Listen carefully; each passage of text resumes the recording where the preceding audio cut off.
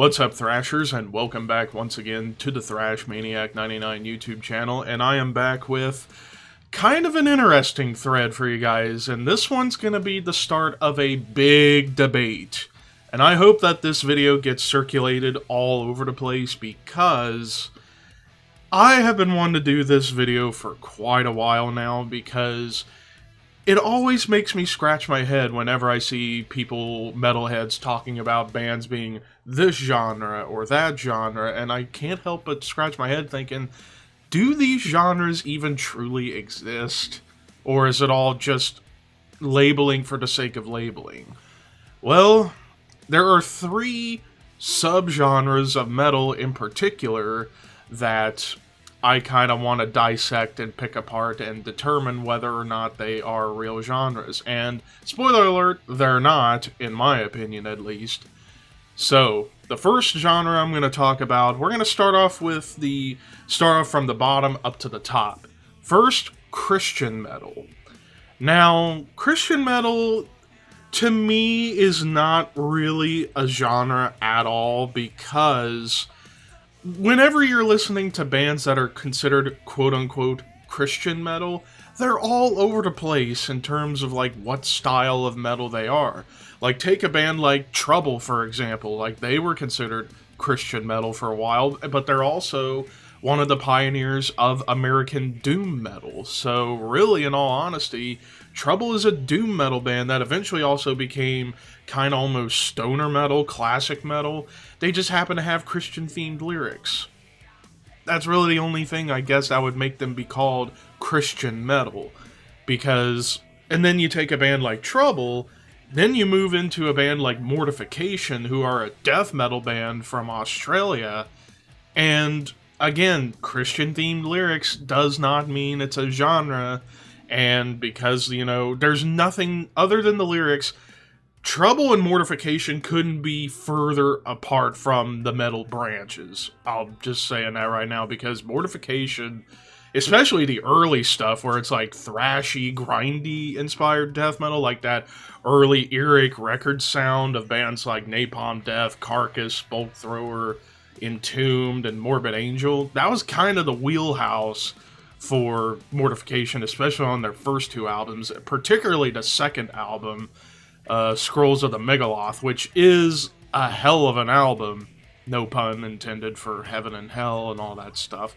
But again, Trouble and Mortification could not be further apart.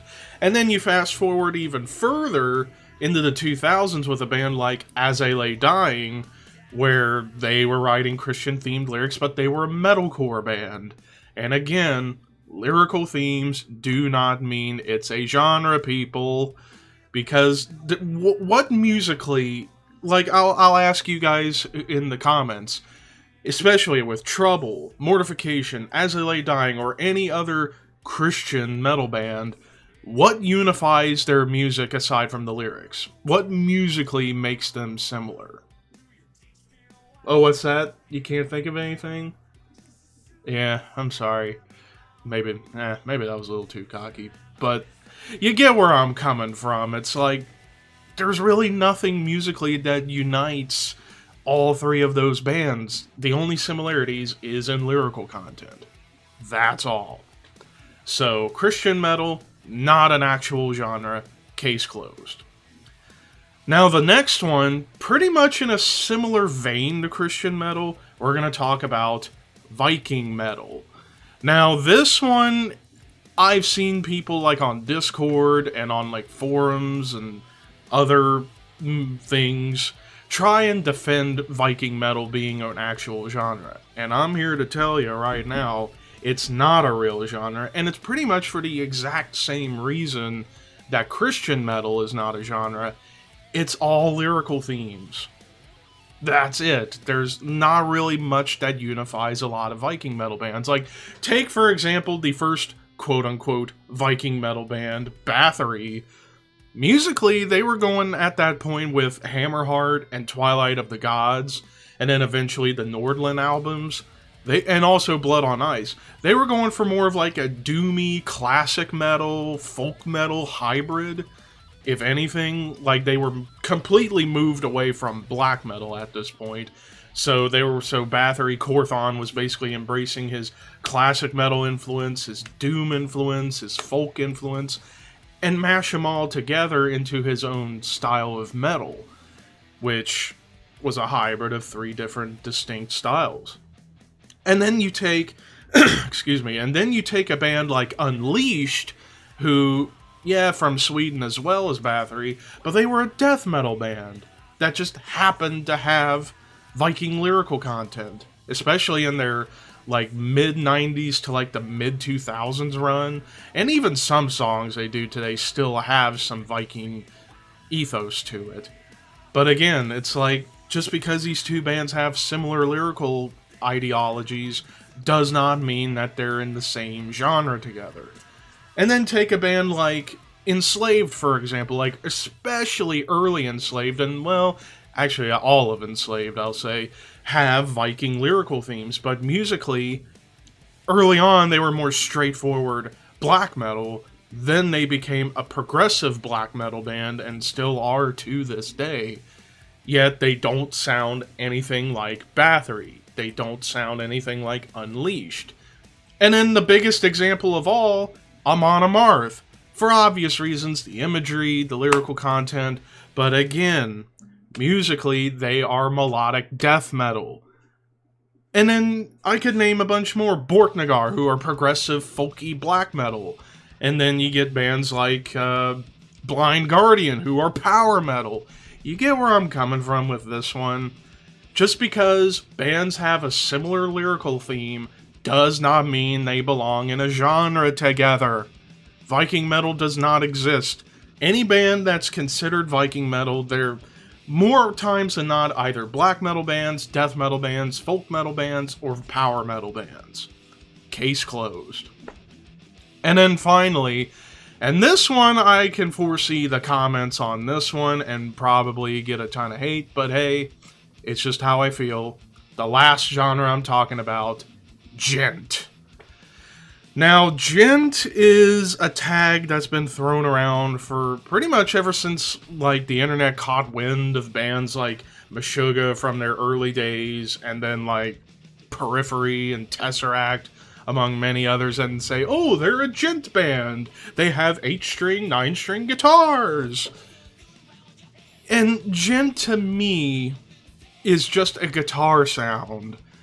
Because musically speaking, apart from the guitar sound, musically speaking, like, there are bands that do sound similar, because to me, let's take a band like Meshuggah, for example, who are considered the hiccups and burps, what can you do?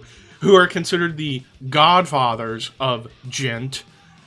To me, they're just an extreme progressive metal band. Like, they just, with like death metal and a little bit of groove metal in there too, because they have breakdowns and have some very heavy and brutal sections and no clean vocals.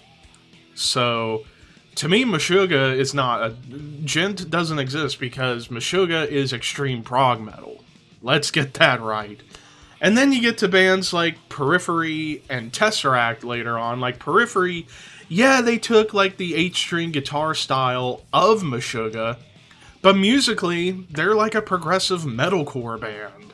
You know, because they have, like, Spencer Sotelo, who, by the way, I cannot stand Spencer Sotelo's voice at all. He sounds like a fucking emo vocalist singing for an extreme band, or a heavy band, and it just sounds weird.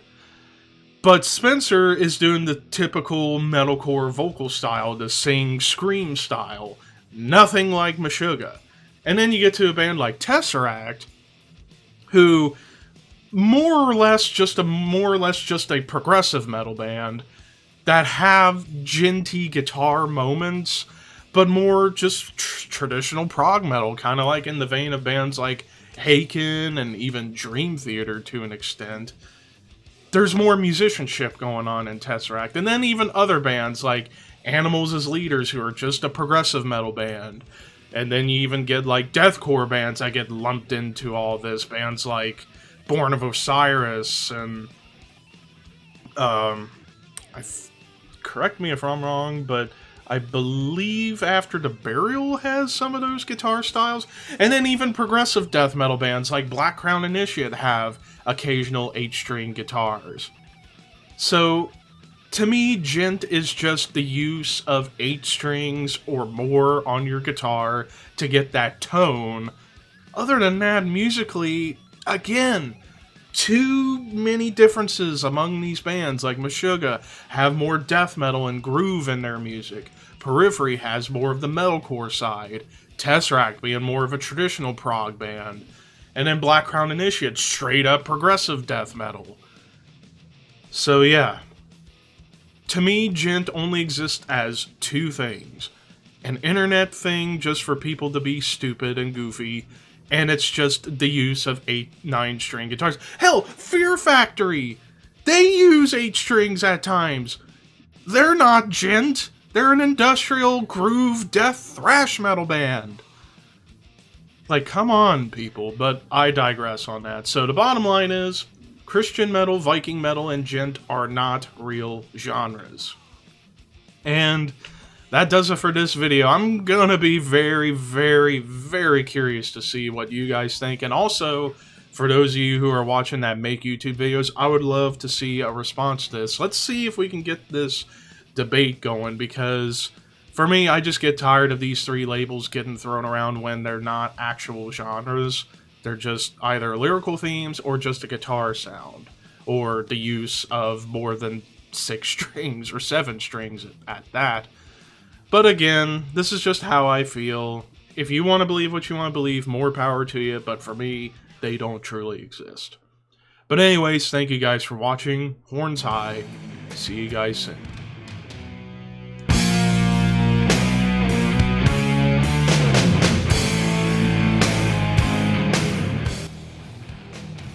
Better go in hell. What? Oh my god! That was a fail! Oh my god! Fuck that! Oh my god, I am such an idiot! That was the dumbest thing I've ever done in this fucking game! Why? What was that? Was I colorblind for a second? What was that?